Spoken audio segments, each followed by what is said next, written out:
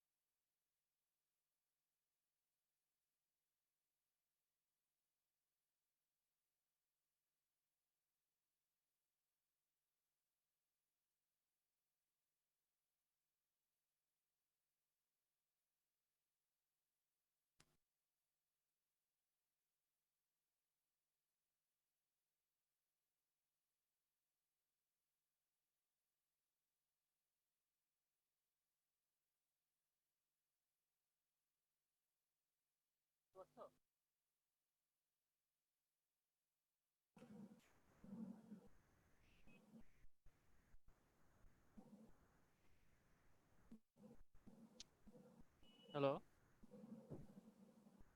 জি sir. আসসালামু আলাইকুম sir. Sir শোনা যাচ্ছে?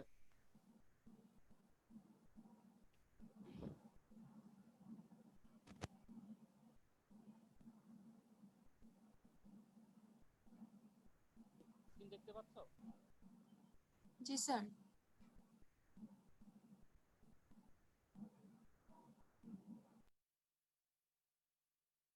পিডিআই সিকিউরিটি প্রোটেক্ট করছো না? স্যার আপনার কথা খুব আস্তে শোনা যাচ্ছে।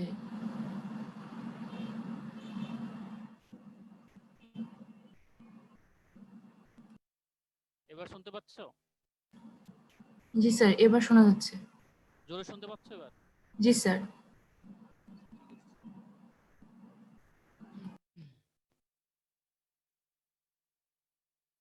তোমরা সবাই ভালো আছো? জি স্যার, ভালো আছি। আপনি কেমন আছেন স্যার? এখন পর্যন্ত ভালো আছি। তো আজকে রেকর্ড করতে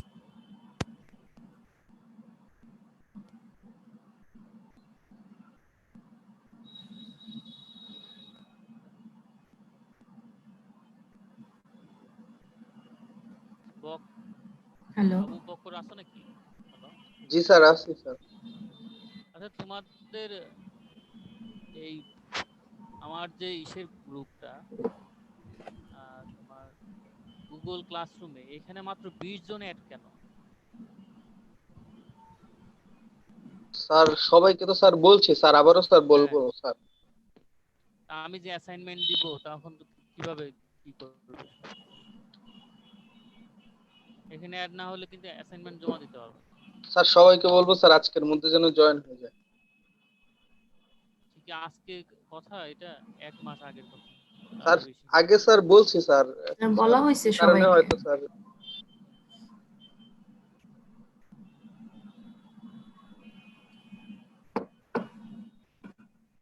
প্রোগ্রামিং সলভ করছো? কয়েকজনকে দেখলাম পোস্ট দিতে, তাছাড়া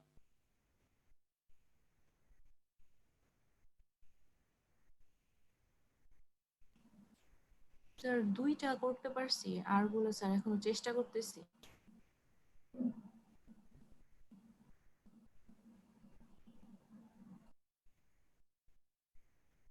কি প্রোগ্রাম দিয়ে করছো? সি? জি স্যার, আমি সি দিয়ে করেছি। কে জানি বললো সি প্লাস প্লাস দিয়ে করবে। জি স্যার স্যার, আমি সি প্লাস প্লাস পলাশ দিয়ে মনে হয়। করতেছি। আচ্ছা, ক্লাস শুরু করি না? কেউ কি রেকর্ড করবা? জি স্যার, আমি রেকর্ড করতেছি। তুমি কি অনুমতি পেয়েছো রেকর্ড করার? না স্যার, আপনাকে স্যার রিকোয়েস্ট পাঠাচ্ছি। কে? সরি। স্যার মনীষা দে।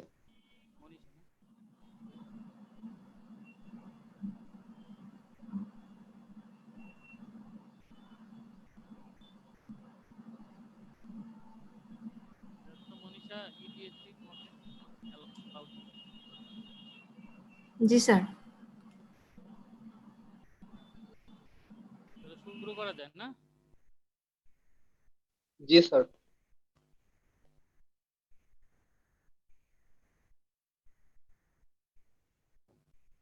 আমরা ক্লাসিক্যাল এনক্রিপশন টেকনিক সম্বন্ধে শিখেছি। এরপর আমি পাবলিক কি এনক্রিপশন টেকনিক শেখাবো। তার আগে আমি কিছু অ্যাপ্লিকেশনের দিকে যেতে চাই, যে কোথায় কোথায় সিকিউরিটি কাজে লাগে, কেন লাগে সিকিউরিটি, এইগুলো একটু বিশেষভাবে জানা দরকার। যদিও আমরা ফান্ডামেন্টালে কিছু শিখেছি, আর এখন একটু প্র্যাকটিক্যালি দিয়ে আমরা দেখবো যে কোথায় কোথায় কাজে লাগে। তেমনি একটা সিকিউরিটি সার্ভিস হলো ইডিআই ভ্যান। ইডিআই ভ্যান মূলত electronic data interchange value added network. EDI ভ্যানের হলো ইলাবোরেশন হলো, তাহলে এটা এমন একটা নেটওয়ার্ক যেটা মূলত ইলেকট্রনিক ডেটা ইন্টারচেঞ্জ করার অর্থ হলো কি, একজনের কাছে মানে দুইজন বা দুই বা ততোধিক ব্যক্তির মধ্যে একে অপরের ডেটাকে শেয়ার করা, একজন আরেকজনকে দিবে, আরেকজন আরেকজনকে দিবে, এভাবে ভাইস ভার্সা। এরকম এসব ক্ষেত্রে ডাটা ইন্টারচেঞ্জের ক্ষেত্রে ইডিআই ভ্যান নামক একটা টুলস ইউজ করা হয়, যেটা খুব very simple to implement and cost effective. হ্যাঁ, কিসের জন্য কস্ট ইফেক্টিভ? হয়ে securely transfer store your data. মানে তুমি একই সাথে তোমার ডেটা স্টোরও করতে পারবা, আবার কি ট্রান্সফারও করতে পারবা, ঠিক আছে, এই ইডিআই ভ্যানের মাধ্যমে। যেমন ভাবে এক্সাম্পল হিসেবে বলি, যেমন আমরা পণ্য পরিবহনের ক্ষেত্রে যে কোনো প্রোডাক্ট, কি আমরা ট্রাক ইউজ করি, বা তোমার ওই যে গার্মেন্টস বা পার্সেল প্রতিষ্ঠানগুলো, বিশেষ করে তোমার কুরিয়ার সার্ভিসগুলো কাভার্ড ভ্যান ইউজ করে। ওটাও তো একটা ভ্যান, ঠিক আছে। এখানে হলো নেটওয়ার্কের ভ্যান, আর ওটা বলা হচ্ছে পণ্যের, মানে বিভিন্ন প্রোডাক্টের ভ্যান, ঠিক আছে। তেমনি ভাবে ইলেকট্রনিক ডেটা ইন্টারচেঞ্জ ক্ষেত্রে ইলেকট্রনিক ডেটাকে যদি আমি একটা প্রোডাক্ট চিন্তা করি, যে এই প্রোডাক্টটা একই স্থান থেকে একজনের কাছ থেকে আরেকজনের কাছে ডেলিভারি হবে, বা একজন আরেকজন তারপরে তারা স্টোর করে রাখতে পারবে, এরকম একটা সিকিউর সার্ভিসের নাম হলো ইলেকট্রনিক ইডিআই ভ্যান, বা electronic data interchange value added network যেটাকে বলা হয়। বুঝতে পারছো? জি স্যার। ইডিআই ভ্যান বলা হচ্ছে এটা ডাটা সিকিউরিটি প্রোভাইড করে। তাছাড়া তোমার ইডিআই ভ্যান ইউজ করলে তোমার সাপ্লাই চেইনকে অপটিমাইজ করবে এবং keep your company compliant. Compliant অর্থ হলো, তোমরা কমপ্লায়েন্স টার্মটা বোঝো কিনা। কমপ্লায়েন্স বলতে বোঝাচ্ছে যে একটা স্ট্যান্ডার্ড মেনটেন করা। যেমন গার্মেন্টস ইন্ডাস্ট্রিগুলোকে একটা কমপ্লায়েন্স মেনটেন করতে হয়। মাঝে মাঝে খবরে দেখবা যে অমুক গার্মেন্টসটা কমপ্লায়েন্স নাই, অমুক গার্মেন্টসে কমপ্লায়েন্স আছে। যদি কমপ্লায়েন্স থাকে, বিদেশিরা মাল নিতে, মানে পোশাক আশাক নিতে আগ্রহী হয়। আর কমপ্লায়েন্স না থাকলে ওই সব গার্মেন্টসের কাছ থেকে তখন আর বিদেশিরা প্রোডাক্ট নেয় না। এমনি ভাবে তুমি যদি ডেটার বিজনেস করো, মানে ইলেকট্রনিক বিজনেস করো, সেক্ষেত্রে তোমার ডেটা এক্সচেঞ্জের ক্ষেত্রে, বিশেষ করে তুমি ব্যাংক যদি হয়, কথা ব্যাংক তো যখন মানি ইলেকট্রনিক্যালি ট্রান্সফার করতেছে, মানি কি আসলে ট্রান্সফার করা যায়? ট্রান্সফার করে তো ডেটা, ইনফরমেশন, ডেটা ট্রান্সফার করে, যেটা ইনফরমেশনে কনভার্ট হয়ে যায়। তো সেক্ষেত্রে একটা কমপ্লায়েন্স মেনটেন করতে হয়, যে একটা স্ট্যান্ডার্ড মেনটেন না করলে তখন দেখা যাচ্ছে ওই ব্যাংকের সাথে অন্য কোনো ব্যাংক ট্রানজেকশন বা অন্য কোনো ব্যাংক ডেটা ট্রান্সফার করে না। সেই বিষয়টা হলো কমপ্লায়েন্স। ইডিআই ভ্যান মেনটেন করলে বলছে যে তোমার মানে পণ্য বেচা কিনা ঠিকও থাকবে, মানে পণ্য বলতে এখানে বোঝাতে তোমার ডেটা, ঠিক আছে, সাথে সাথে কি থাকবে, তোমার কোম্পানির কমপ্লায়েন্সটাও মেনটেন হবে, ঠিক আছে। এখন তাহলে ইডিআই ভ্যান একটা সিকিউর সার্ভিস আমরা বলতে পারি। তাহলে ইডিআই ভ্যান কিভাবে ডাটা সিকিউর করে? যেটা বলা হচ্ছে যে এই ভ্যালু অ্যাডেড নেটওয়ার্ক কি করে, যেটা secure EDI network, secure data interchange network that allows two parties to securely exchange documents and data. এই কথাটা আমি অলরেডি তারপরে বলা হচ্ছে EDI van allows business partner, মানে দুইটা বিজনেস পার্টনার যেমন দুইটা ব্যাংক হতে পারে, to send and receive message and producing a full audit trail. এমন ভাবে ডেটা এক্সচেঞ্জ করবে তাদের মধ্যে, সেন্ডে রিসিভ করবে যাতে তার একটা প্রমাণ থেকে যায়। ঠিক আছে, এখন আরো কি কি সিকিউরিটির জন্য কি কি টুলস ইউজ করে, এটা হলো ফার্স্ট হলো বলা হচ্ছে এনক্রিপশন। আমাদের তো ইন্টারেস্ট এনক্রিপশনের দিকে, ঠিক আছে, কারণ আমরা এনক্রিপশন টেকনিক সম্বন্ধে পড়াশোনা করছি। সিকিউরিটির এক একটা টার্ম, একটা হলো ফার্স্ট হলো এনক্রিপশন। তো ইডিআই ডেটা কি করে, ইডিআই ডেটা গেটস এই তোমার যে কোড থাকবে, যেটা কোডটা সেন্ড করবে, কি করবে, ডেটাকে কি করবে, কোডে কনভার্ট করবে। EDI data get converted into a code, মানে EDI data কোড আকারে transmission encryption send to the recipient bank। তার মানে কি, এনক্রিপ্টেড সাইফার টেক্সট, সেটাকে বলা হচ্ছে কোড। হ্যাঁ, তাহলে এবং এখানে কি হবে, ওই এনক্রিপশনের ফলে কি হবে, যে শুধুমাত্র রিসিভার সেই শুধু এটাকে রিড করতে পারবে, সে এটা রিসিভ করার পরে, কারণ সেই শুধুমাত্র। স্যার আপনার কথা অনেক আস্তে শোনা যাচ্ছে। এখন আস্তে শোনা যাচ্ছে?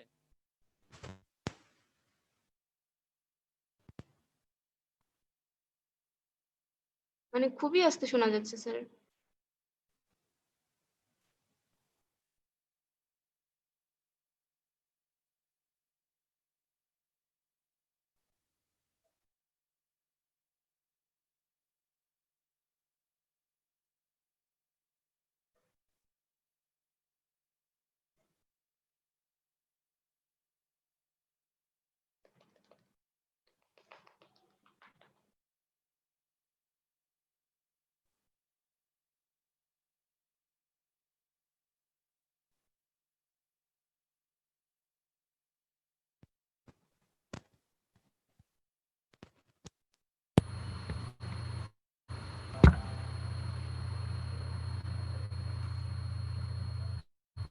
এখন শুনতে পাচ্ছ?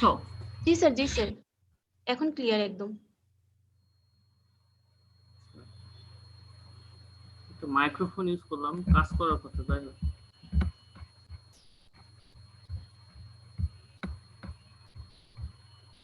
নেক্সট হলো অথরাইজেশন ভেরিফিকেশন। তাহলে এনক্রিপশন করলে যে রিসিভার সে শুধুমাত্র ইডিআই ভ্যানের ক্ষেত্রে সেই রিসিভ করতে পারবে এবং সে দেখতে পারবে ডেটাটা, কারণ সে ডিক্রিপশন কিটা জানে। তেমনি ভাবে ইডিআই ভ্যানের ক্ষেত্রে যদি একটা কোম্পানি রেজিস্টার্ড না হয়, তাহলে তোমার এখানে ইডিআই ভ্যানে শুধুমাত্র যে সিকিউরিটি এনক্রিপশনের মাধ্যমে দেয় তা না, অথরাইজেশনের মাধ্যমে দেয়, তারপর ডিজিটাল সিগনেচারের মাধ্যমে দেয়, ইউজার নেম পাসওয়ার্ড প্রোটেকশনের মাধ্যমে দেয় এবং ডাটা ইন্টিগ্রিটির মাধ্যমে দেয়। এইগুলো সার্ভিস মাধ্যমে দেয়। আমি এক এক করে বলছি যে অথরাইজেশন ভেরিফিকেশনের ক্ষেত্রে কি হবে, ইডিআই ভ্যান যেহেতু একটা ভ্যালু অ্যাডেড নেটওয়ার্ক, এখানে তোমাকে রেজিস্টার্ড হইতে হবে, কোম্পানিকে রেজিস্টার্ড হইতে হবে। হ্যাঁ, আর যদি না হয় তাহলে কি করবে না, একটা কোম্পানিকে তোমার অথরাইজেশন সেকশনটা আটকায় দিবে। কিভাবে আসবে, যে তুমি ডাটা সেন্ড করতে পারবে না তুমি যদি রেজিস্টার্ড না হও। ঠিক আছে, the authentication process require a company to send its digital certificate and confirming its identity। তার মানে তোমার এটা মূলত ডিজিটাল সিগনেচার ইউজ করে এই অথরাইজেশনের ক্ষেত্রে, যে আসলে কি এই লোকটা কি ভ্যালিড কিনা। ডিজিটাল সিগনেচার স্কিম আমরা পড়বো যখন পাবলিক কি ইনক্রিপশন স্কিম পড়া হবে, তখন আমরা ডিজিটাল সিগনেচার ডিজিটাল সার্টিফিকেট আমরা করতে হবে। যেমন আমরা এমনি সিম্পলি একটা এক্সাম্পল দিই, যে একটা মেইল যখন আসে তখন তোমার কিছু আইডি কিছু সিমটম দেখে আমরা বলতে পারি যে এই মেইলটা কে পাঠিয়েছে। হ্যাঁ, বলো তো কি কি সিমটম আছে যে একটা মেইলের মধ্যে, বা কি কি ডেটা আছে যে থেকে মনে করতে পারি যে না এটা কারেক্ট মেইল, অমুক পাঠিয়েছে, বলতে পারবা? স্যার আমরা অ্যাড্রেসটা দেখে অনেকটা বুঝতে পারি। হ্যাঁ, ফার্স্ট হলো অ্যাড্রেস, নিচে তারপরে সিগনেচার, ডিজিটাল সিগনেচার থাকে। ডিজিটাল সিগনেচার বলতে এখানে সিম্পলি চিন্তা করো, জাস্ট তার নাম ডিটেলস থাকে যে কে পাঠিয়েছে। হ্যাঁ, দুই হলো অ্যাড্রেস। হ্যাঁ, তো এটা তো সিম্পল সিকিউরিটি। তা ডিজিটাল সিগনেচারের ক্ষেত্রে একটু মোর সিকিউরিটি বিষয়টা। তা আমরা ঠিক মানে যখন ডিজিটাল সিগনেচার ডিটেলস পড়বো তখন আরো বুঝতে পারবো যে ডিজিটাল সিগনেচার কিভাবে সিকিউরিটি প্রোভাইড করে। ঠিক আছে, এখন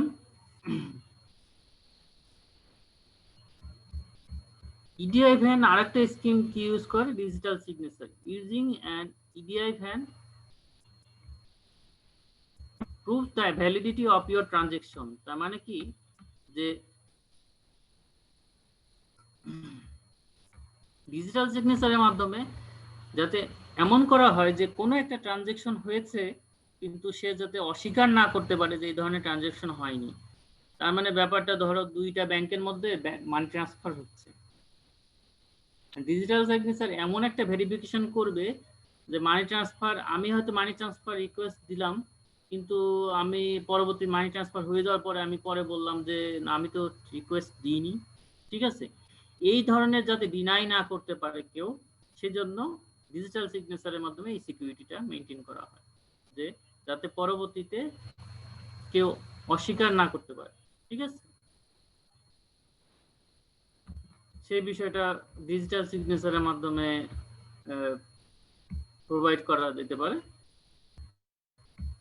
তার সাথে সাথে আর নর্মাল যে সিকিউরিটি বিষয়টা, ইউজার নেম পাসওয়ার্ড প্রোটেকশন।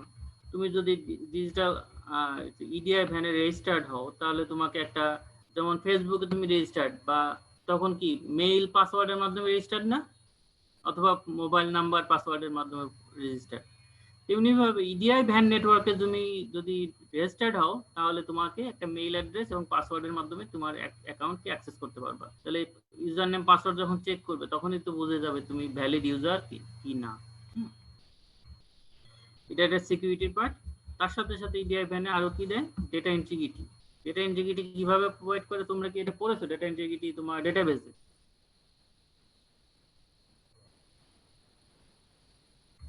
মনে আছে? ডেটা ইন্টিগ্রিটি কি? জি স্যার।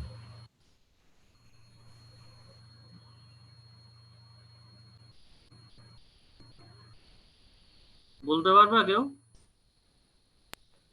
ডেটাটা যেন যেরকম পাঠাইছে ওরকমই থাকে, কোনোভাবে যেন হ্যাঁ, মাঝখানে যেন চেঞ্জ স্যার ডাটাকে মডিফিকেশন, ইনসারশন, ডিলিশন এগুলা থেকে স্যার প্রোটেক্ট করার জন্য একটা মানে ডিজাইন ক্রিয়েট করা, এটা মানে মেইনলি এটা হচ্ছে ডাটা ইন্টিগ্রিটি। ডাটা ইন্টিগ্রিটি, তো এটাও তো দরকার আছে।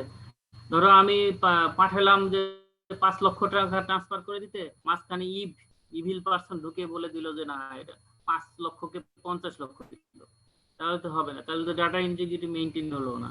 ঠিক আছে, জি স্যার, জি তাহলে স্যার। এই বিষয়টা মাধ্যমে সিকিউরিটি প্রোভাইড করা, ডাটা ইন্টিগ্রিটি মেইনটেইন করে। ইডিআই এই সব সিকিউরিটির মাধ্যমে, এতগুলো সিকিউরিটি প্রসিডিউরের মাধ্যমে পুরো সিকিউরিটি প্রোভাইড করার চেষ্টা করে।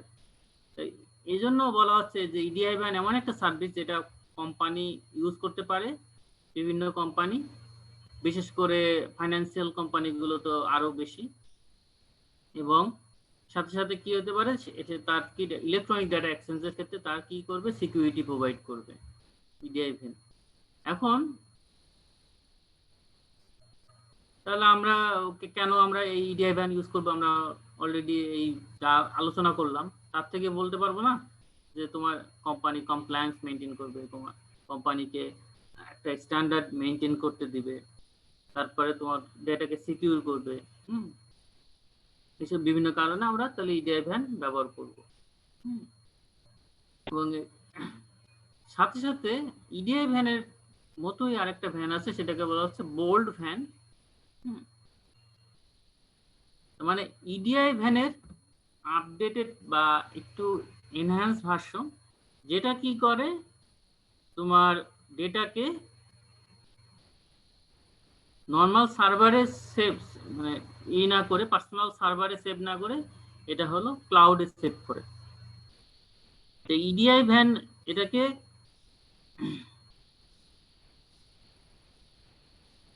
যদি বোল্ড ভ্যান ইউজ করা যায় তাহলে তোমাকে সার্ভিসটাতে হবে হলো কস্ট ইফেক্টিভ। যেটা কি বলা হচ্ছে, এটা হলো অপারেট হবে কোথায়? ক্লাউডে। ঠিক আছে, তাহলে ইডিআই ভ্যান আর বোল্ড ভ্যানের পার্থক্য কি?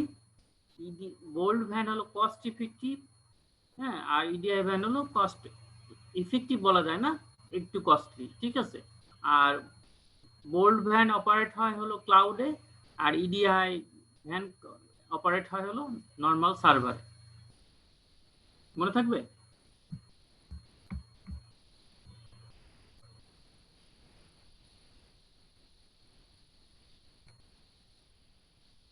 শুনতেছো তোমরা? জি স্যার। জি স্যার।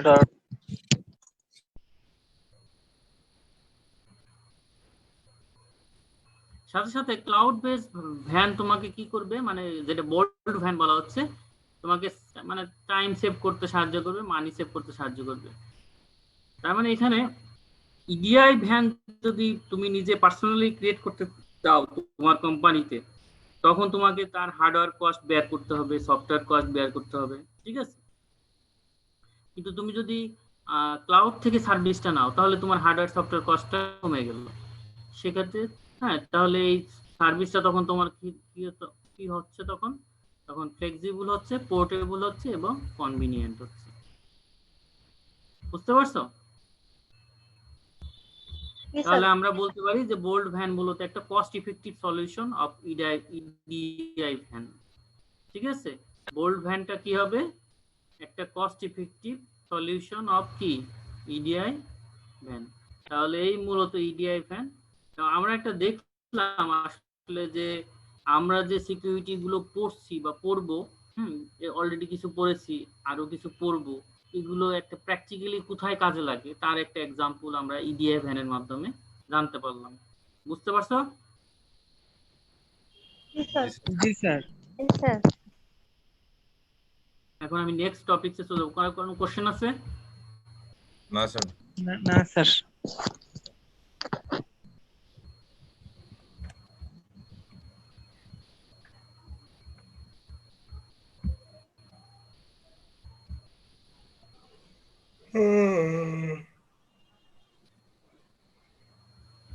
এখন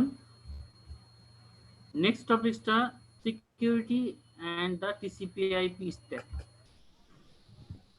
এখন তোমরা ডেটা কমিউনিকেশন কোর্সটা কি শেষের দিকে না তোমাদের, বা শেষ? শেষ। শেষ। ডেটা কমিউনিকেশনে কি লেয়ার পড়েছো না? জি স্যার। ওএসআই লেয়ার আর টিসিপি লেয়ার। জি স্যার, দুইটা লেয়ারই পড়েছো, তাই না? ওএসআই তে কয়টা লেয়ার ছিল? 7টা লেয়ার ছিল। আর টিসিপি/আইপি তে 5টা লেয়ার। 5টা লেয়ার। তো যেগুলো নামগুলো জানো। এখন আমরা যদি নেটওয়ার্কের সিকিউরিটি, হ্যাঁ বলো, কেউ কিছু বলতে চাচ্ছিলা?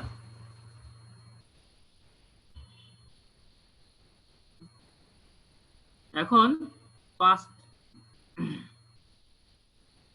যেহেতু আমাদের কাজ হলো সিকিউরিটি প্রোভাইড করা, এই নেটওয়ার্ক সিকিউরিটির ক্ষেত্রে তোমার এই লেয়ার গুলো যদি সিকিউর করা যায়, স্পেশালি আমরা আজকে টিসিপি/আইপি স্ট্যাকের ক্ষেত্রে সিকিউরিটিটা কিভাবে প্রোভাইড করা হয়, মানে এই 5টা লেয়ারে যদি আমি সিকিউরিটি পারি বিভিন্ন টুলস এর মাধ্যমে, তাহলে তো আমার বলা যায় যে নেটওয়ার্কটা সিকিউর।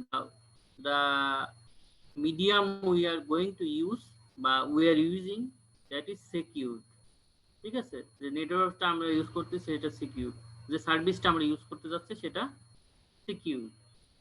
সেক্ষেত্রে আমরা টিসিপি/আইপি 5 লেয়ারের ক্ষেত্রে মডেলের ক্ষেত্রে আমরা দেখব যে কি কি ধরনের টুলস ইউজ করা হয় 5 লেয়ার মডেলে, যে ক্ষেত্রে এই টিসিপি/আইপি স্ট্যাকের সিকিউরিটিটা দেয়া যায়। যেমন ফার্স্ট বলা হচ্ছে, দেখো তোমরা বলতে পারবা কি যে তোমরা এখন যে কম্পিউটার বা মোবাইলে বসে আছো, তোমরা কোন লেয়ারে বসে আছো নেটওয়ার্কের?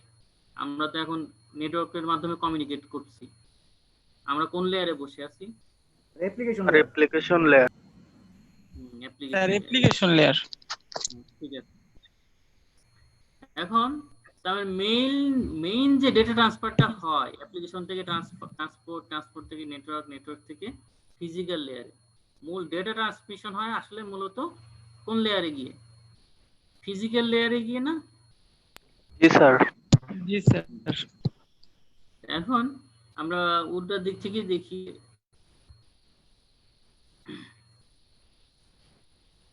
ফিজিক্যাল লেয়ারে তোমার কিছু টুলস ইউজ করা হয় সিকিউরিটি মেইনটেইন করার জন্য। হ্যাঁ, সিকিউরিটি প্লাস ডাটা ইন্টিগ্রিটি সব কিছু মিলিয়ে মানে একটা প্যাকেজ, সোজা কথা যে কি কি ধরনের অ্যালগরিদম বা টুলস ইউজ করা হয় যাতে টোটাল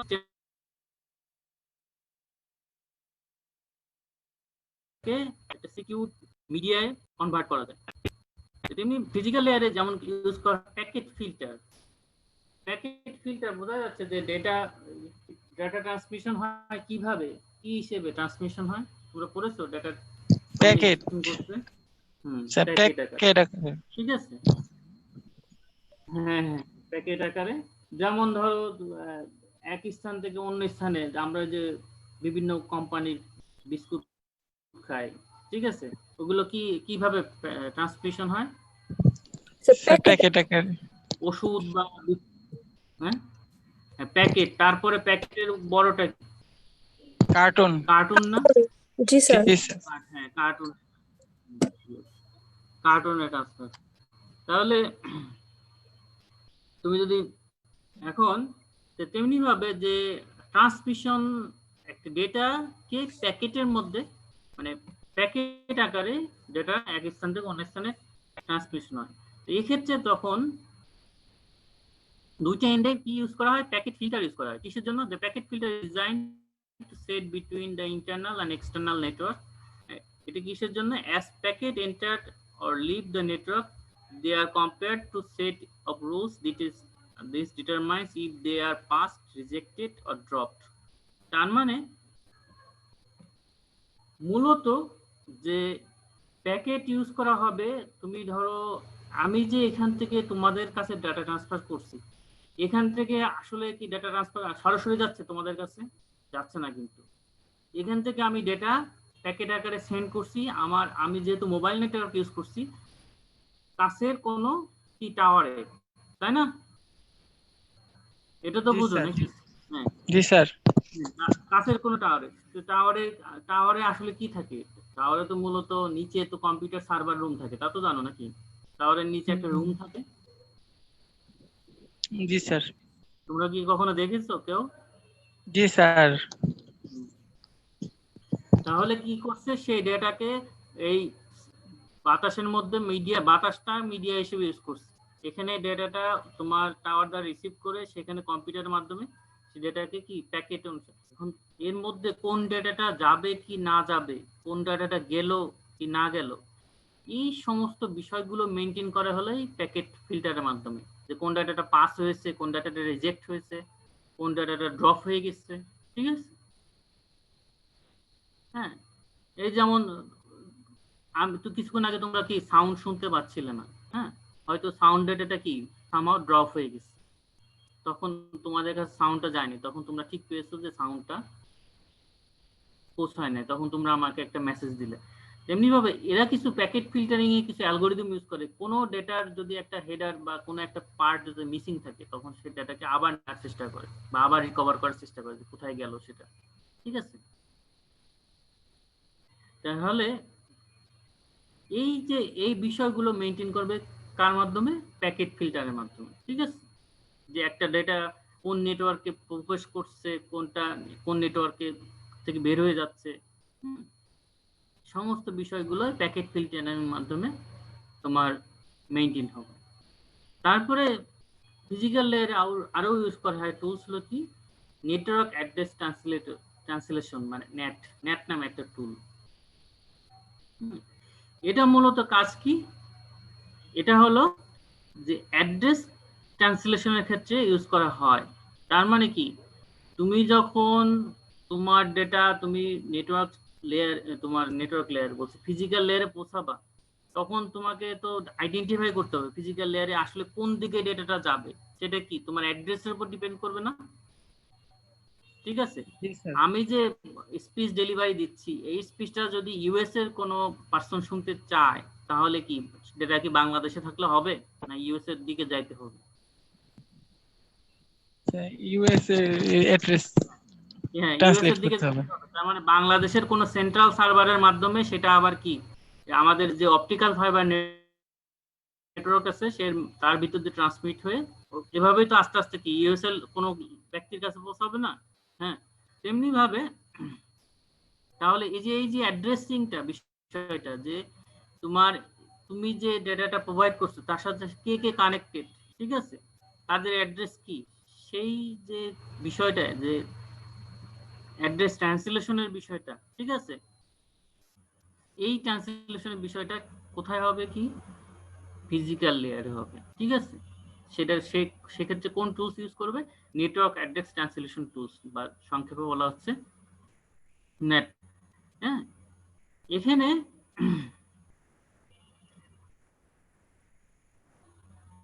মূলত সাধারণত হাই স্পিড ইন্টারনেট ইউজাররা নেট ইউজ করে, এবং এর বলা হচ্ছে যে এটা সিকিউরিটি প্রোভাইড করে, যে ইন্টারনাল যে অ্যাড্রেসকে এক্সটার্নাল নেটওয়ার্ক থেকে তোমার এটাকে হাইড করার মাধ্যমে। দেখো তোমরা এটা শুনেছো,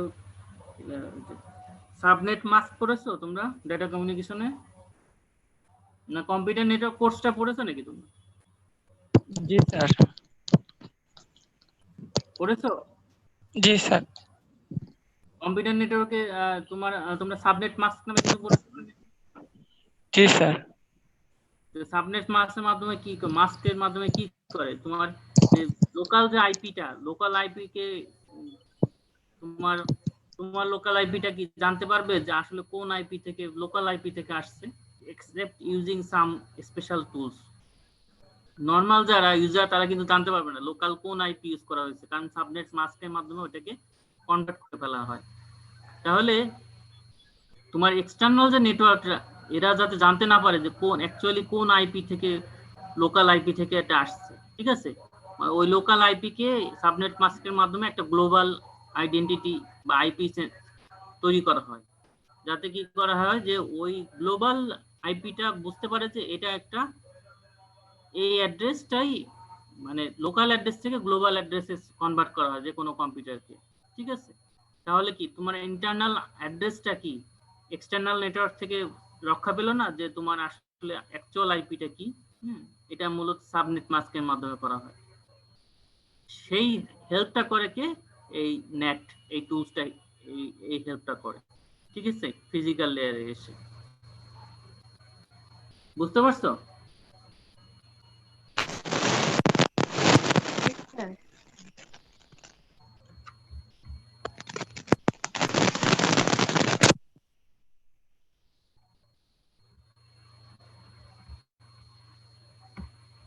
তোমরা কি বুঝতে পারছো?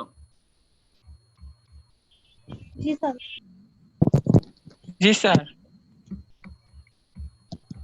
এখন নেক্সট আরেকটা টুলস ইউজ করা হয়, সেটাকে বলা হচ্ছে ট্যাপ। এটা হলো হচ্ছে চ্যালেঞ্জ হ্যান্ডশেক অথেন্টিকেশন প্রোটোকল। এটা মূলত এমন একটা অথেন্টিকেশন প্রোটোকল যেটা তোমার যেমন ইউজার নেম পাসওয়ার্ডটা কি তোমার, এটা হলো ক্লিয়ার টেক্সট। যেমন ইউজার নেম পাসওয়ার্ডটাকে যদি তোমার সিকিউরলি ট্রান্সফার না করো, ঠিক আছে, সেক্ষেত্রে কি তোমার এটা যদি কারো হাতে পড়ে যায় তাহলে কি তোমার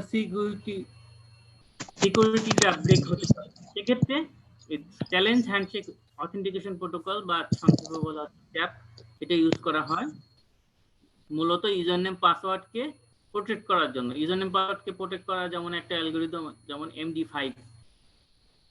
তোমরা আমি এর আগে বলেছি তোমাদের MD5 অ্যালগরিদমের কথা?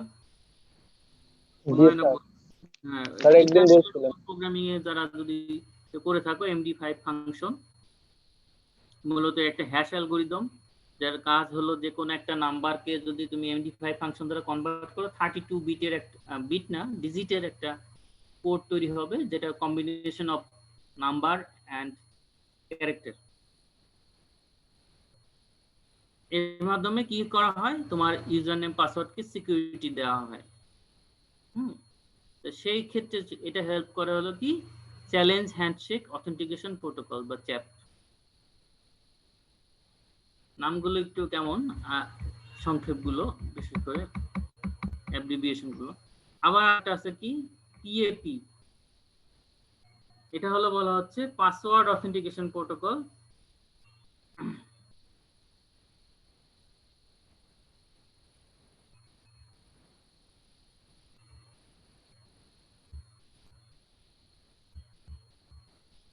পাসওয়ার্ড অথেন্টিকেশন প্রোটোকল এটা সাধারণত দেখা যাচ্ছে যে এটা বেস্ট সিকিউরিটি প্রোভাইড করে না ফিজিক্যালের ক্ষেত্রে, তারপরও কোনো কোনো ক্ষেত্রে এটা ইউজ করা হয়। কারণ কি করা হয় এটা একটা ইউজারকে তার ইউজার নেম পাসওয়ার্ডকে কি করতে হয় প্রেজেন্ট করতে হয় কি জন্য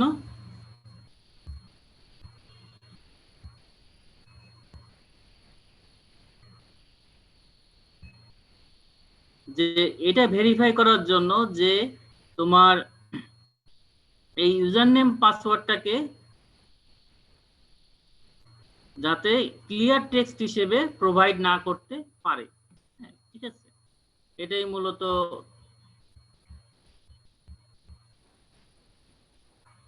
যাতে কি করে যে ক্লিয়ার টেক্সট হিসেবে যাতে এই ইউজার নেম পাসওয়ার্ডটা ট্রান্সমিট না হতে পারে, সেজন্য পাসওয়ার্ড অথেন্টিকেশন প্রোটোকল বা PAP এটা ইউজ করা হয়। আর মূলত আর এই ইউজার নেম পাসওয়ার্ডের সিকিউরিটিটা দেওয়া হয় মূলত তার মাধ্যমে এই যে আগেরটা চাপ চ্যালেঞ্জ হ্যান্ডশেক অথেন্টিকেশন প্রোটোকলের মাধ্যমে।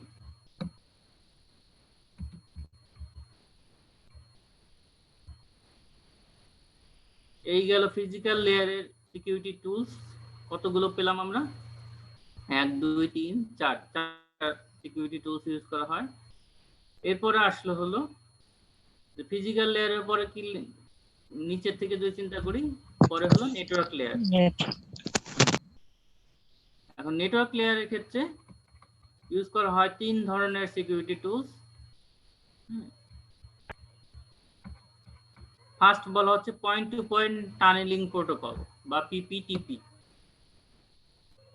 এটা মূলত মাইক্রোসফট এবং 3.net কোম্পানি এরা দুজন মিলে এটা তৈরি করেছে point to point tunnelling protocol. এটা কি করে ডেটা এনক্যাপসুলেট করতে সাহায্য করে। তোমরা এনক্যাপসুলেশন পড়েছো না? এমনকি তোমরা এই এনক্যাপসুলেশন প্রপার্টি জাভাতে পড়েছি। হ্যাঁ, জাভাতে পড়েছো না? জি স্যার। কি করে, কি সুবিধা কি এনক্যাপসুলেশনে? স্যার ইনস্ট্যান্স গুলোকে মানে এনক্যাপসুলেট করে রাখে এক জায়গায়, তার মানে একটা প্যাকেট করে রাখে, সুতার কথা মানে তোমার মানে আবৃত করে রাখে, হ্যাঁ, যাতে কেউ এটাকে বুঝতে না পারে বা দেখতে না পারে, এরকম টাইপের বিষয়টা। ঠিক আছে, তো এখানে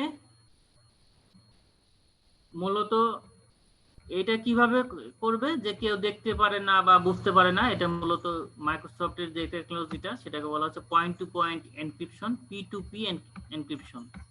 এটার মাধ্যমে এই পয়েন্ট টু পয়েন্ট টানেলিং প্রোটোকলের ক্ষেত্রে তারা কোন এনক্রিপশন ইউজ করে, সেটা হলো যে Microsoft point to point encryption টেকনিকটা ইউজ করে। ঠিক আছে, এর মাধ্যমে তারা সিকিউরিটি প্রোভাইড করা হয় নেটওয়ার্ক লেয়ারের ক্ষেত্রে। এখন আরো কি ইউজ করা হয়, আরেকটা টুলস বলা হচ্ছে layer two tunnelling protocol, L2TP। এটা মূলত দিস ইজ VPN মানে virtual private network protocol used for security and was based on PPTP মানে point to point tunnelling protocol এবং লেয়ার টু ফরওয়ার্ডিং প্রোটোকল। এখন লেয়ার টু ফরওয়ার্ডিং প্রোটোকলটা আসলে আমার পড়ানোর বিষয় না, তোমরা কি পড়েছো নাকি নেটওয়ার্কে, কম্পিউটার নেটওয়ার্কে? স্যার এটা পড়া হয় নাই। পড়া হয়নি না? না স্যার।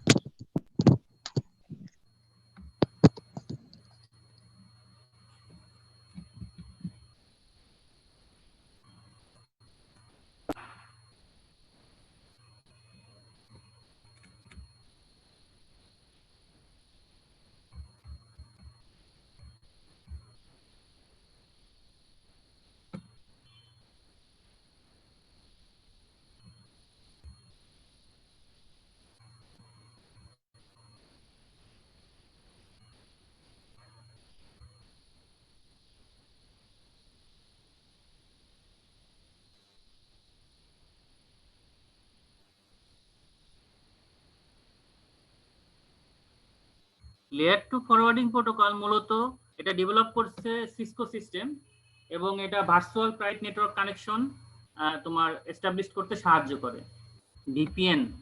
ভিপিএন বা virtual private network connection establish করতে সাহায্য করে। এটা হলো লেয়ার টু ফরওয়ার্ডিং প্রোটোকল। এটা একটা টানেলিং প্রোটোকল যেটা ডেভেলপ করছে কে, সিসকো কোম্পানির নাম শুনেছো তোমরা? জি স্যার। ঠিক আছে, লেয়ার টু ফরওয়ার্ড প্রোটোকল লাগছে কি জন্য? এই যে ভিপিএন এর কারণে, ভিপিএনটা ক্রিয়েট করতে সাহায্য করে, সেজন্য এটা বলা হচ্ছে ভার্চুয়াল প্রাইভেট নেটওয়ার্ক প্রোটোকল, যেটা এই point to point tunnelling protocol এবং লেয়ার টু ফরওয়ার্ডিং প্রোটোকলের উপর ডিপেন্ড করে, এর সিকিউরিটিটা বেস করে।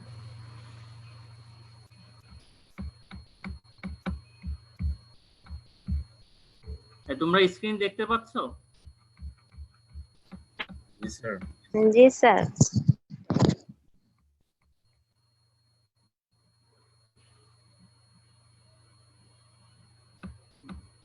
নেক্সট আরেকটা টুলস ইউজ করা হয় আইপিসেক।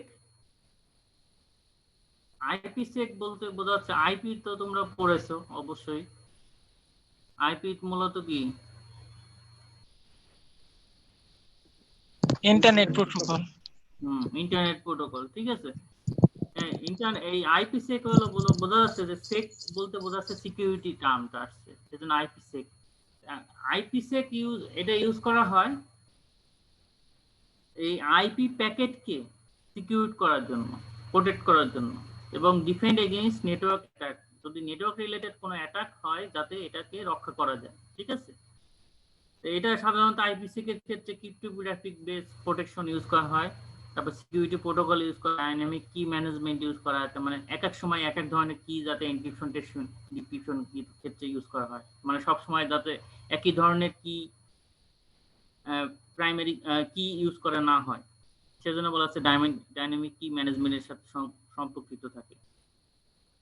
এবং এক্ষেত্রে দুইটা কনফিগারেশন এর উপর ডিপেন্ড করে, মানে IPsec has two basic configuration, একটা হলো অথেন্টিকেশন হেডারের মাধ্যমে আর একটা হলো ESP মাধ্যমে, মানে এনক্যাপসুলেটিং সিকিউরিটি পেলোড। তুমি দেখবা যে তোমরা আইপি ভার্সন 4 আইপি ভার্সন 6 পড়েছো না?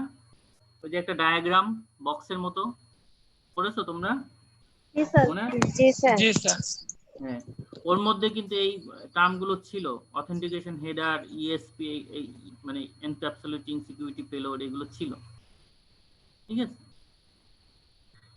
এখন আমরা হয়তো ইন ফিউচার আমরা যদি একটা চ্যাপ্টার আসছে ওটা তোমাদের সিলেবাসে আছে মনে হয়, দেখবো না তোমাদের অথবা মাস্টার্সে আছে আমার খেয়াল নেই, যদি থাকে আমরা পড়ব।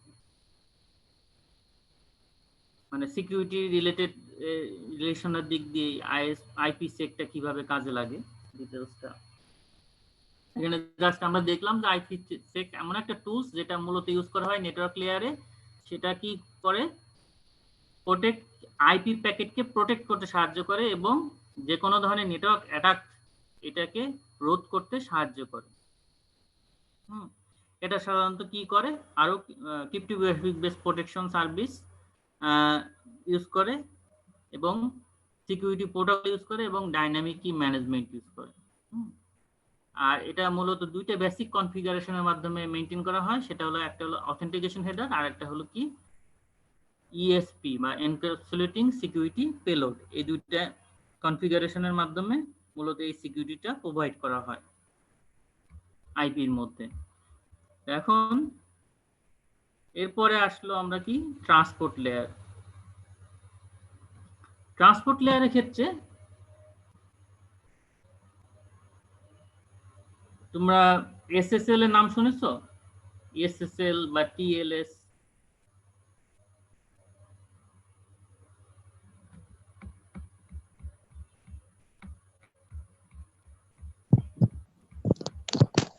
তোমার এসএসএল সিকিউর সকেট লেয়ার এই প্রযুক্তিটা কি তোমরা একটু খেয়াল করে দেখবা যে ওয়েব অ্যাড্রেস কিছু থাকে এইচটিটিপি আর কিছু কিছু থাকে হলো এইচটিটিপিএস। এটা খেয়াল করেছো? জি sir.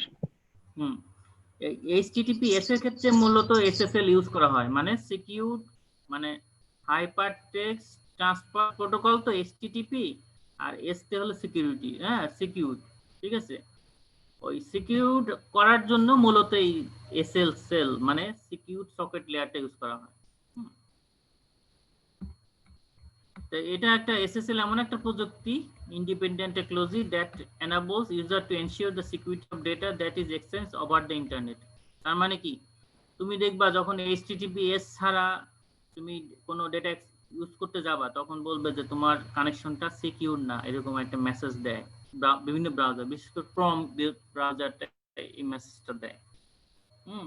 You are not going to use a secure connection, এরকম কিছু মেসেজ দেয়। ঠিক আছে, কারণ কি ওইটা হল এইচটিটিপি, এইচটিটিপিএস না, ঠিক আছে। এখন সে ট্রান্সপোর্ট লেয়ার এসএল এমন একটা প্রযুক্তি বুঝতে পারলাম এক্সাম্পলের মাধ্যমে আরো। তাহলে টিএলএস টাও কি সিমিলার টু এসএসএল? এটা ট্রান্সপোর্ট লেয়ার সিকিউরিটির ক্ষেত্রে টিএলএস ইউজ করা হয়। তার মানে বোঝা যাচ্ছে যে ট্রান্সপোর্ট এই লেয়ারের ক্ষেত্রে ইউজ করা হয়। এটা মূলত TLS protocol is layered approach to data security that consists of several sub protocols. তার মানে এই TLS টা এটা আরো কিছু প্রোটোকলের সাহায্য নিয়ে এই ট্রান্সপোর্ট লেয়ারের যে সিকিউরিটিটা প্রোভাইড করে, সেটাই বলা হচ্ছে মানে ডাবল সিকিউরিটির বিষয়টা ব্যাপারটা। যে এটা মানে এসএসএল একলাই পারে আর TLS কি করে, অন্যের হেল্প নিয়ে সিকিউরিটি প্রোভাইড করে। এই মানে এসএসএল আর টিএলএস এর মধ্যে পার্থক্য হবে যে এটা আরো বিশেষ সাব প্রোটোকল, অনেকগুলো কালেকশন অফ সাব প্রোটোকল নিয়ে তোমার ট্রান্সপোর্ট লেয়ারে সিকিউরিটি প্রোভাইড করে, আর এসএসএল নিজেই সিকিউরিটি প্রোভাইড করে। সেজন্য বলা এসএসএল কে বলা হচ্ছে ইন্ডিপেন্ডেন্ট টেকনোলজি। আর তাহলে কি টিএলএস কি ডিপেন্ডেন্ট না, কতগুলো সাব প্রোটোকলের সমন্বয়, সাব প্রোটোকলের উপর ডিপেন্ডেন্ট হবে তখন। ঠিক আছে? জি স্যার। এখন এই যে আগের ইসে ইএসপির কথা বলেছিলাম, এই যে আইপিসেক এর ক্ষেত্রে যে এনক্যাপসুলেটিং সিকিউরিটি পেলোড,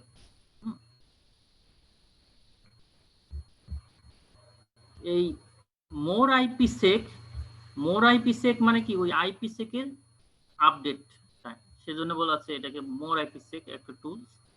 যেটা এখানে কি হয়, encapsulating security payload by ESP is found at the transport layer as it encapsulates the data for security and privacy. ঠিক আছে, এনক্যাপসুলেট করার অর্থ কি একখানে করে রাখার মূল উদ্দেশ্য কি সিকিউরিটি ডাটা সিকিউরিটি এবং প্রাইভেসি প্রোভাইড করার জন্য হ্যাঁ ESP is a member of the IPsec protocol suite আমরা অলরেডি দেখেছি কারণ এই যে ESP মূলত IPsec এর একটা পার্ট সেটাই বলা হচ্ছে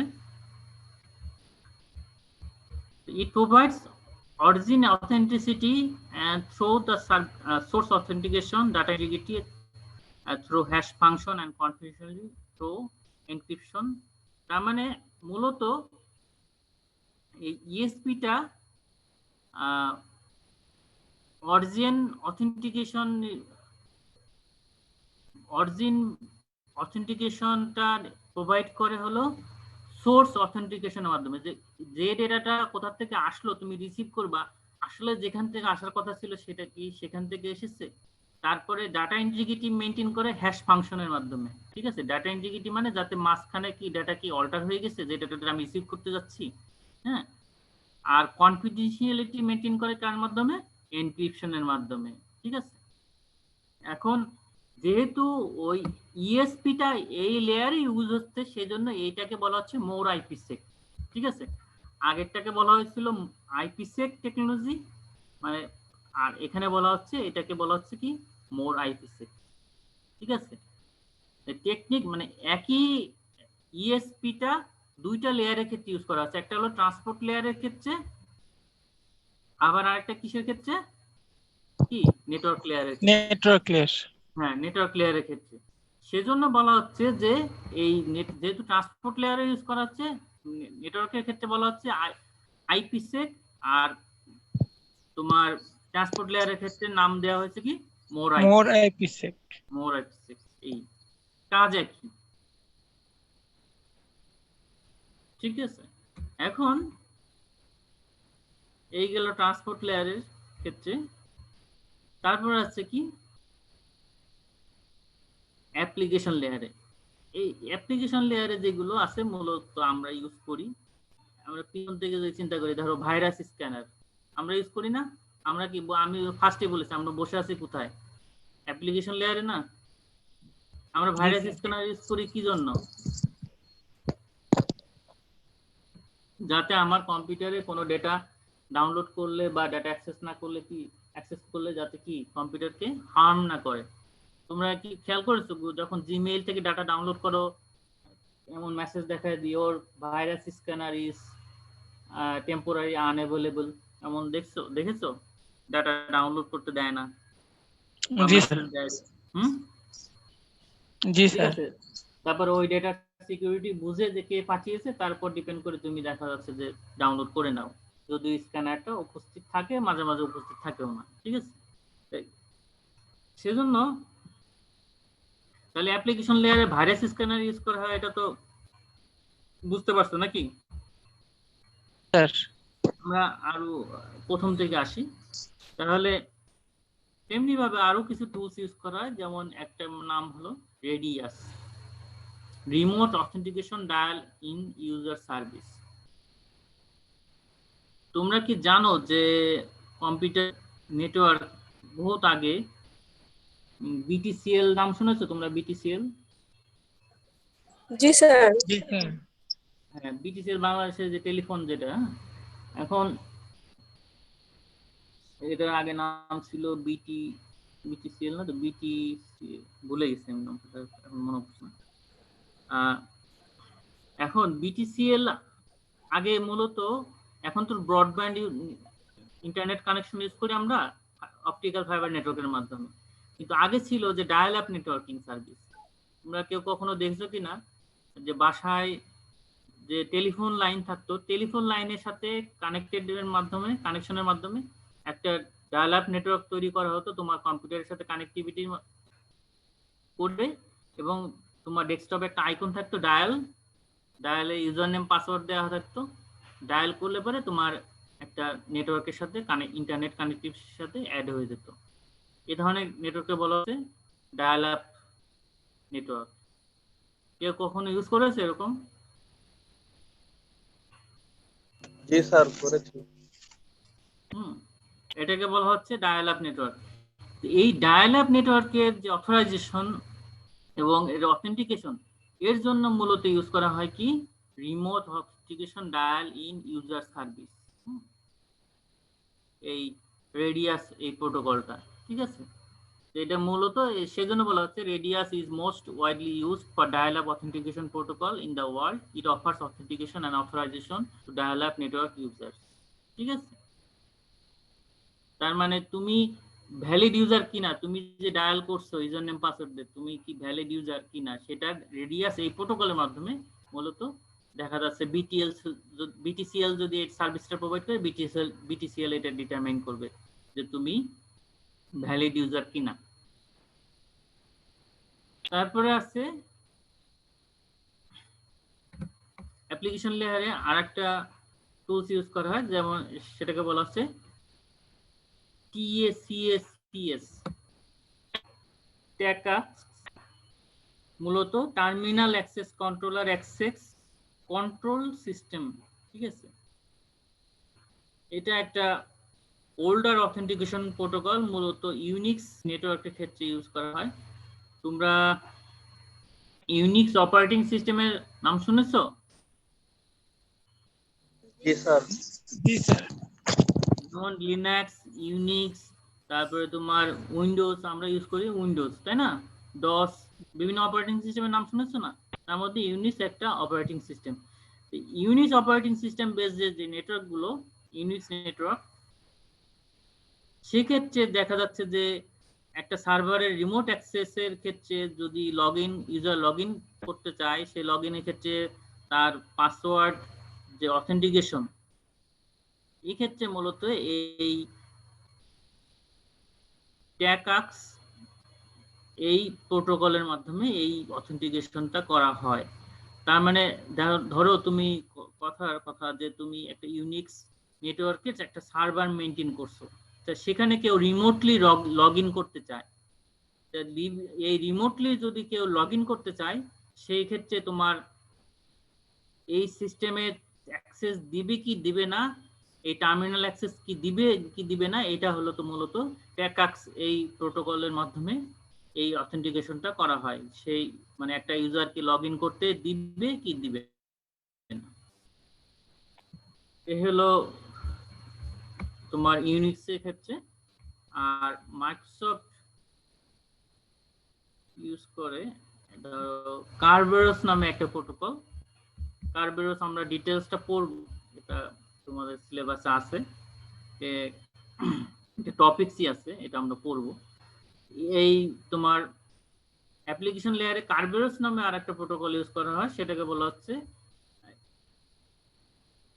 এটা বলা হচ্ছে যে এটা ইনভেন্টেড বাই এমআইটি। এমআইটি নাম শুনেছো তোমরা?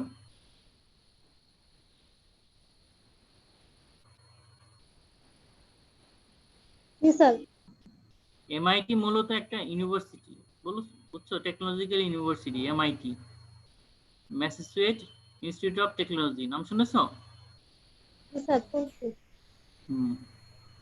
এমআইটি তে পড়ার ইচ্ছা আছে কারো?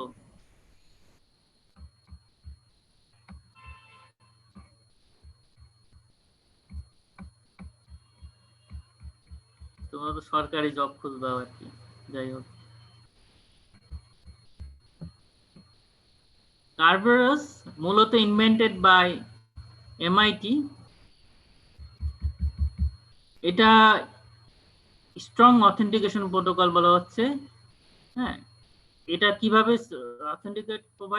অথেন্টিকেশন প্রোভাইড করে, কিভাবে, যে it uses tickets validate users right to objects and it provides encryption, privacy and data integrity.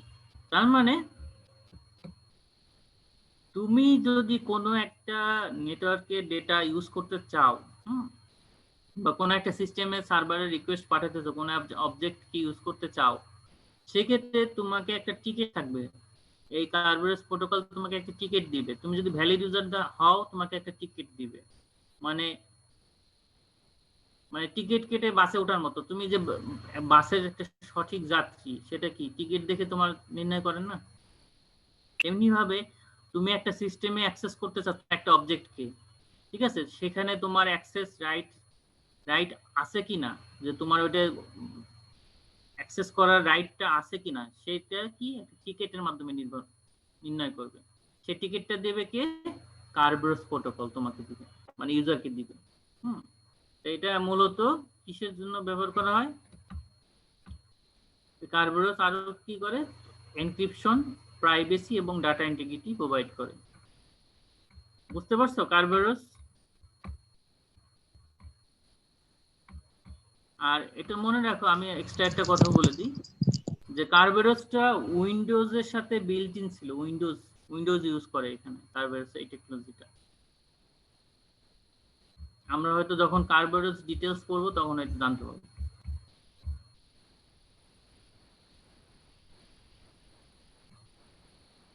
এসমাইম technology এই ইউজার এন্ডে ইউজ করি, এটা আমরা জানি কি না জানি, মেইল তো সবাই ইউজ করি। এসমাইম মূলত secure multipurpose internal mail extension protocol. তোমার মাইম ইউজ করা হতো সিকিউরিটি ছাড়া, মানে এইচটিটিপির মতো। পরে এর আপডেটেড ভার্সন আসলো এসমাইম। যখন এসমাইম আসলো তখন আর মাইম কে ইউজ করলো না, কারণ মেইলের যে সিকিউরিটি বিষয়টা এসমাইম দ্বারা খুব ভালোভাবে মেনটেন করা হয়। সেজন্য বলা হচ্ছে যে SMIME is a protocol designed to secure email. It secures clear text email by adding digital signature and encryption. তার মানে যে তুমি যে টেক্সটটা লিখো সেটা খুব মানে প্লেন টেক্সট ফরম্যাটে লিখো না, মানে ক্লিয়ার টেক্সট মানে বোঝা যাচ্ছে প্লেন টেক্সট। যে একটা প্লেন টেক্সট ইমেলকে যেটা সিগনেচার, ডিজিটাল সিগনেচার এবং এনক্রিপশনের মাধ্যমে যে তোমাকে সিকিউর করা হয়, এটা কি কোন প্রযুক্তির মাধ্যমে করা হয়? এসমাইম এর মাধ্যমে। মানে তুমি বুঝতে পারছো যে তুমি হয়তো নিজেও বুঝতে পারো না, যখন একজন তুমি যখন সেন্ডার হও এবং কাউকে মেইল সেন্ড করো, তোমার মেইলটা এসমাইম এর মাধ্যমে এটাকে তোমার সিগনেচার এবং একটা এনক্রিপশন স্কিমের মাধ্যমে এনক্রিপ্ট করে পাঠানো হয়। যখন ইউজার রিসিভ করে তখন সে যখন ভিউ করবে তখন ওইটাকে ডিক্রিপ্ট করা হয় এবং ডিজিটাল সিগনেচার ভেরিফিকেশনের মাধ্যমে, হয়তো মেইল অ্যাড্রেসের মাধ্যমে যদি করে ডিজিটাল সিগনেচারটা, তখন ভেরিফিকেশনের মাধ্যমে তোমার এটাকে ডিক্রিপ্ট করে দেখানো হয়। কিন্তু এটা ইউজার নিজেও বুঝতে পারে না, যে দুইটা ইউজার, সেন্ডারও বুঝতে পারে না, যে রিসিভারও বুঝতে পারে না যে মাঝখানে কি টেকনোলজিটা ইউজ করা হয়েছে সিকিউরিটির জন্য। সেই সিকিউরিটি টেকনোলজিটা বলা হচ্ছে কি? এসমাইম। বুঝতে পারছো? তাহলে আমাদের মেইল, আমরা যে মেইল আদান প্রদান করি সেক্ষেত্রে মূলত এসমাইম প্রযুক্তিটা ইউজ করা হয় ইউজার এন্ডে। লাস্ট হলো ভাইরাস স্ক্যানার। তো ভাইরাস স্ক্যানার আমরা কম বেশি সবাই ইউজ করি, শুধুমাত্র ফাইল ডাউনলোড করার ক্ষেত্রে না, সাথে সাথে আমার নিজের পার্সোনাল কম্পিউটারকে সিকিউর করার জন্য আমরা কিন্তু mail scanner, virus scanner use করি।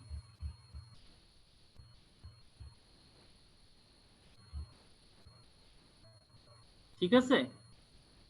অ্যাপ্লিকেশন লেয়ারের এই পাঁচটা সম্বন্ধে কি কারো কোনো কোশ্চেন আছে?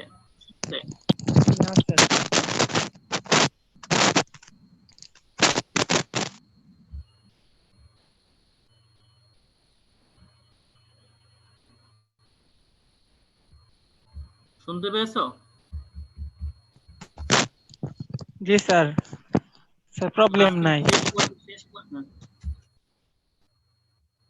তাহলে বুঝতে পারছো যে এসমাইম তোমরা ইউজ করো, তোমরা ঠিকও পাও না, যে আমরা যে মেইল সেন্ড করি বা রিসিভ করি এসমাইম প্রযুক্তির মাধ্যমে, কিন্তু আমরা ঠিক পাই না যে এর সাথে যে দুইটা টেকনোলজি ইউজ করা হয়, বিশেষ করে ডিজিটাল সিগনেচার এবং এনক্রিপশন ইউজ করে যারা সার্ভিস প্রোভাইডার। ঠিক আছে, আমরা কিন্তু ঠিক পাই না তেমন একটা। কিন্তু যখন পিএইচপি দিয়ে তুমি প্রোগ্রাম করবা মেইল ট্রান্সফারের জন্য, তখন বুঝতে পারবা যে এসমাইম ইউজ করা হয় কিনা। তোমরা ওই ধরনের প্রোগ্রাম করো নাই।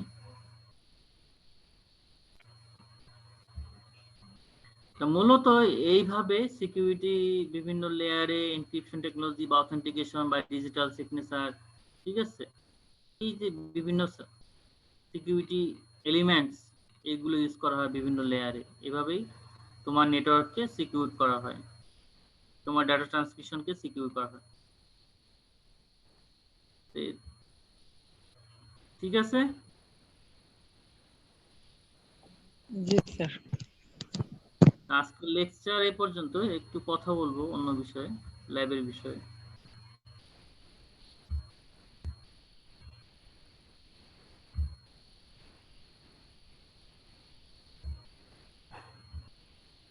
শোনো, ল্যাবে কি অবস্থা? তোমরা দুইটা করেছো কেউ কেউ? আমি ফেসবুকে দু একজন মনীষা পোস্ট দিয়েছে, আর কে কে জানি দিয়েছে দেখলাম।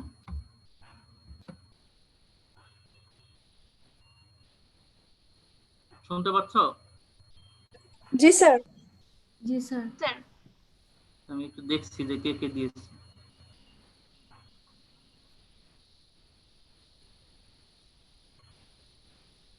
তোমাদের কি শুধু আমার কোর্সই বাকি আছে নাকি?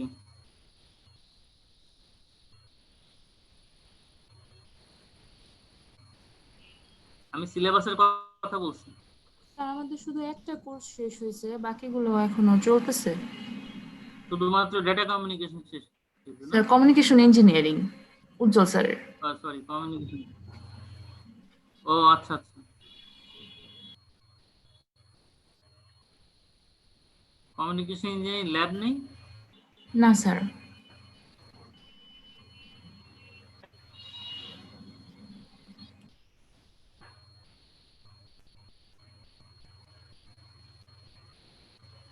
দিনা ভাইয়া আছো নাকি? জি স্যার। তোমার সাথে জানি আরেকজন কে আছে আমার সাথে প্রজেক্টে? স্যার মাহমুদ আক্তার।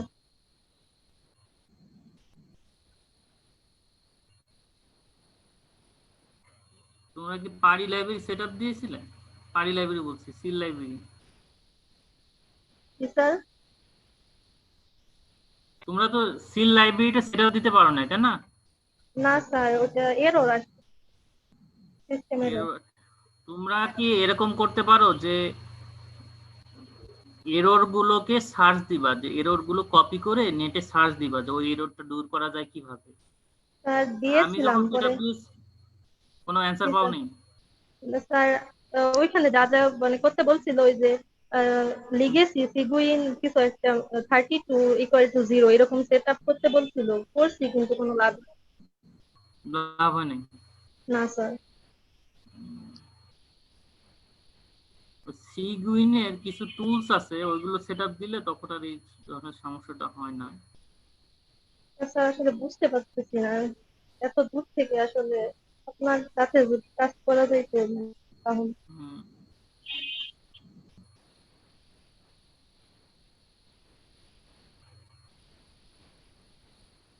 আচ্ছা, তোমরা রুবা আক্তার মিমসের পোস্ট দিয়েছো, বিনা ফারিয়া দিয়েছো, মনীষা দিয়েছো। মনীষা আছো?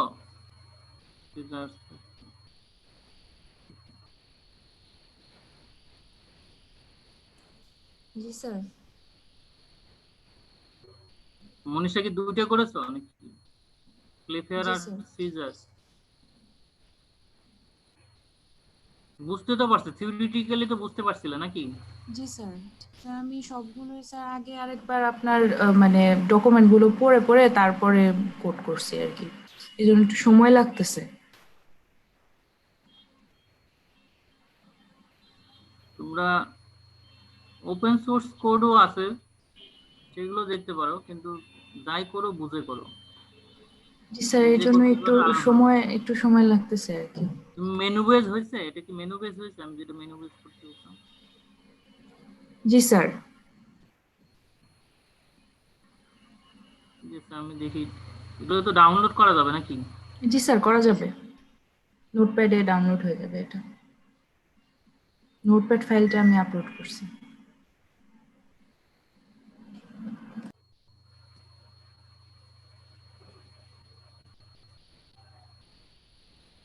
তো মেয়েরাই করেছো, ছেলেরা কেউ? শোয়েব শোয়েব করেছো? পলাশ আছো? স্যার শোয়েব মাহমুদ পলাশ আছে। হুম।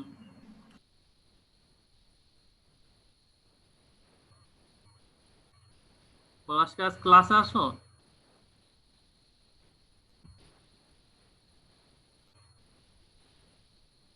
তোমাদের এখনো কম উপস্থিতির কারণ কি? এই আবু বকর আছো?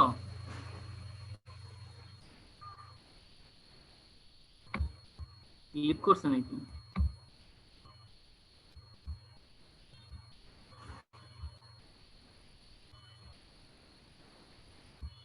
আবু বকর মনে হয় লিভ করেছে। মনীষা? জি স্যার। মানে এখনো কম উপস্থিতির কারণ কি? তোমার 41 জন না স্যার ক্লাসে? 34 জন।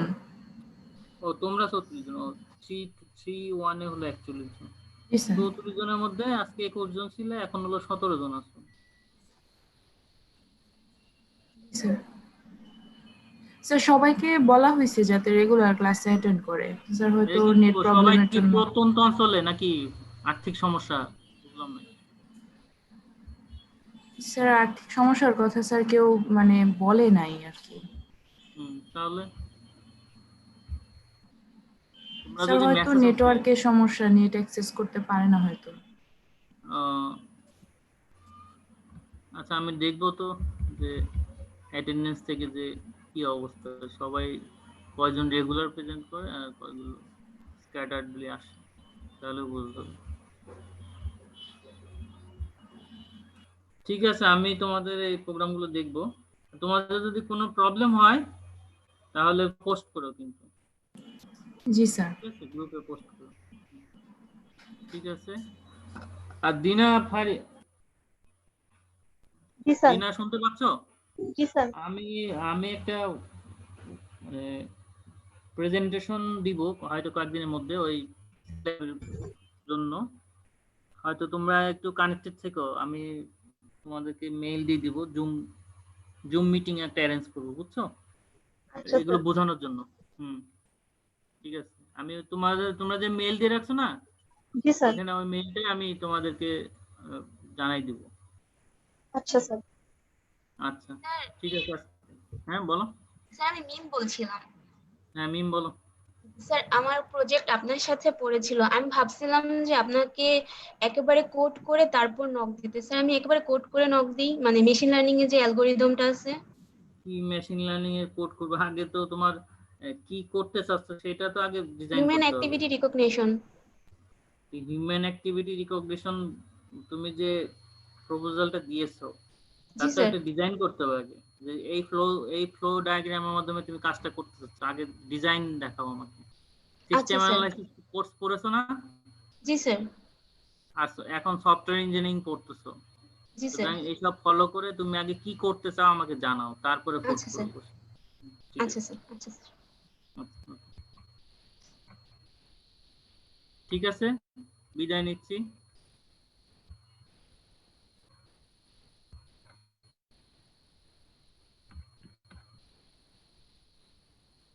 ভালো থেকো সবাই। জি স্যার, আপনিও ভালো থাকেন।